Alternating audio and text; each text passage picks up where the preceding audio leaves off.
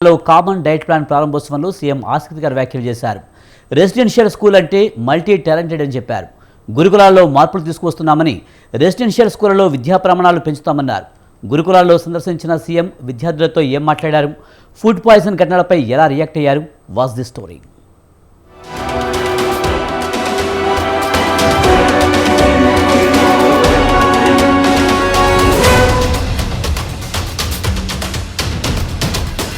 గురుకులాల్లో సమూల మార్పులు తీసుకొచ్చేందుకు ప్రణాళికలు రచిస్తున్నట్లు తెలంగాణ సీఎం రేవంత్ రెడ్డి తెలిపారు. గురుకుల విద్యార్థులకు అత్యున్నతమైన మెనూ అందిస్తున్నామని చెప్పారు. నెలలో ఒక్కో వారానికి ఒక్కో మెనూ చొప్పున 2 సార్లు చికెన్, 2 సార్లు మటన్ ఇస్తున్నట్లు తెలిపారు.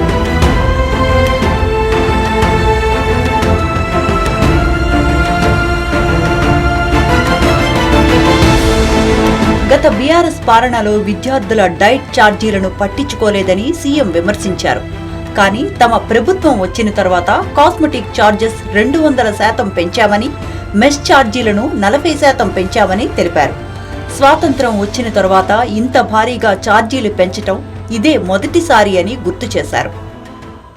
కాస్మెటిక్ ఛార్జెస్ తండాలలో, గూడాలలో, మారుమూల పల్లెల నుంచి వచ్చిన పేద విద్యార్థులు కాస్మెటిక్ ఛార్జెస్ తల్లిదండ్రులను అడగలేక బాగా ఇబ్బంది పడుతున్న సందర్భంలో ఒకసారి కాస్మెటిక్ ఛార్జెస్ గురించి మొత్తం నివేదిక తెప్పించుకుంటే 16 సంవత్సరాల క్రితం దాదాపుగా 2008-09లో కాస్మెటిక్ ఛార్జెస్ పెంచితే 16 సంవత్సరాల నుంచి ఒక్క రూపాయి కూడా పెంచలేదు. 16 సంవత్సరాలలో అసలు కాస్మెటిక్ ఛార్జెస్ ఎన్నంతలు పెరిగినాయో అసలు ఊహించలేనంత ధరలు పెరిగినాయి. అందుకే ఈరోజు కాస్మెటిక్ ఛార్జెస్ 16 సంవత్సరాల తర్వాత పెంచుతున్నాం కాబట్టి మోర్ దాన్ 200% ఈరోజు మనం పెంచుకోవడం జరిగింది. ఇక గురుకులాల్లో మల్టీ టాలెంటెడ్ విద్యార్థులు ఉంటారని సీఎం అన్నారు. ప్రైవేట్ స్కూళ్ల విద్యార్థులకు టాలెంట్ ఎక్కువ, ప్రభుత్వ స్కూళ్లలో చదివే విద్యార్థులకు తక్కువ అనేది కేవలం అపోహ మాత్రమే అన్నారు. సర్వేల్ గ్రామంలో పివి నరసింహారావు మొట్టమొదటి గురుకుల పాఠశాల ప్రారంభించారని, అక్కడి నుంచి చాలా మంది ఐఏఎస్, ఐపీఎస్లు అయ్యారని గుర్తు చేశారు. టీజీపీఎస్సీ చైర్మన్ బుర్రా వెంకటేశం, మాజీ చైర్మన్ మహేందర్ రెడ్డి మొదలైన వారు సర్వేల్ రెసిడెన్షియల్ విద్యార్థులని చెప్పారు. ఇక్కడ టాలెంట్కు కొదవ లేదు అనేందుకు ఇంతకన్నా ఉదాహరణ ఏం కావాలన్నారు CM. General opinion, general perception, welfare హాస్టల్స్లో ఉండేవాళ్ళు కానీ, రెసిడెన్షియల్ స్కూల్స్లో చదివే వాళ్లకు టాలెంట్ తక్కువ ఉంటుందనో, ప్రైవేట్ స్కూళ్ళలో చదువుకునే వాళ్లకు టాలెంట్ ఎక్కువ ఉంటుందనో ఒక అపోహ బలంగా నాటుకుపోయింది. ఎందుకు అని అంటే కొన్ని దశాబ్దాలుగా ప్రభుత్వాలు ఎంత ప్రయత్నం చేసినా ఈ వెల్ఫేర్ లేదా రెసిడెన్షియల్ స్కూల్స్ యొక్క ఇమేజ్ను పెంచకపోవడం వల్ల ప్రైవేట్ స్కూళ్ళలో చదువుకుంటేనే నాణ్యమైన విద్య అందుబాటులోకి వస్తుందని, లేదా ఇంగ్లీష్ మీడియం చదువుకుంటేనే విద్యార్థులు రాణిస్తారని చెప్పి ఒక అపోహ బలంగా నాటుకుపోయింది.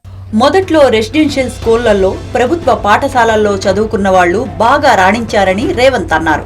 ఆ తర్వాత ప్రైవేట్ స్కూల్స్ పై అపోహ పెరగడం, ప్రభుత్వాలు, ప్రభుత్వ సంస్థలపై దృష్టి పెట్టకపోవటం వల్ల నిరాధారణకు గురయ్యారని అన్నారు.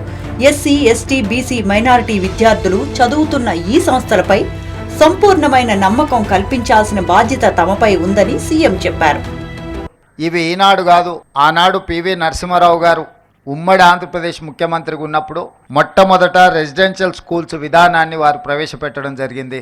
సర్వేల్ గ్రామంలో, మునుగోడు శాసనసభ నియోజకవర్గం, నల్గొండలో నాకు తెలిసి 1971 ఆ ప్రాంతంలో పివి నరసింహారావు గారు మొట్టమొదటి రెసిడెన్షియల్ స్కూల్ని ప్రారంభించి ఉమ్మడి రాష్ట్రంలో ఉండే విద్యార్థులకు అవకాశం కల్పిస్తే అక్కడి నుంచి చాలామంది ఐఏఎస్లు, ఐపీఎస్లు చాలామంది అక్కడ సర్వేల్ రెసిడెన్షియల్ స్కూల్లో చదువుకున్న వాళ్ళు సెలెక్ట్ అయ్యారు.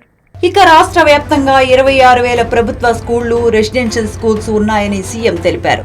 26,000 ప్రభుత్వ స్కూళ్లలో 11 లక్షల మంది చదువుతూ ఉంటే, తక్కువ ఉన్న ప్రైవేట్ స్కూళ్లలో 33 లక్షల మంది చదువుతున్నారని చెప్పారు.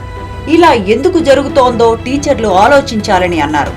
చదువుపై పెట్టే పెట్టుబడి భవిష్యత్తుపై పెట్టేదే అని తెలిపారు. గురుకులాలు, హాస్టల్స్లో విద్యార్థులు చనిపోతే బాధ్యత ఎవరిది అని ప్రశ్నించారు. ఇలాంటి ఘటనలు పునరావృతం కాకుండా చూసుకోవాలని సీఎం సూచించారు. చాలా హాస్టల్స్ వీటిలో ఫుడ్ పాయిజన్ అయినట్టు పిల్లల్ని హాస్పిటల్కు తీసుకెళ్ళి ఈ మధ్యకాలంలోనే ఒక అమ్మాయి చనిపోవడం అనేది ఆ తల్లిదండ్రులకు ఎంత బాధ ఉంటుంది. ఆర్థిక పరిస్థితి బాలేకపోవడం వల్ల తల్లిదండ్రులు వాళ్ళ పిల్లల్ని హాస్టల్స్లో పెడుతుండ్రు, కానీ వాళ్ళ పిల్లల మీద ప్రేమ లేక కాదు కదా. వందలాది కోట్ల రూపాయలు సంపాదించిన తల్లిదండ్రులకు వాళ్ళ పిల్లల మీద ఎంత ప్రేమ ఉంటుందో, రోజు కూలీ చేసుకున్న పేదవాడికి కూడా తన కన్న బిడ్డల మీద అంతకంటే ఎక్కువ ప్రేమ ఉంటుంది తప్ప తక్కువేం ఉండదు.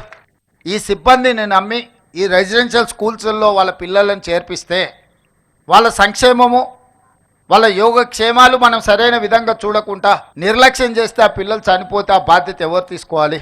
ఇది మన గౌరవం, మన ప్రతిష్టను పెంచేదా, లేకపోతే మన గౌరవ ప్రతిష్ట మసకబారేదా? ఈరోజు మనందరం ఆత్మ పరిశీలన చేసుకోవాలి.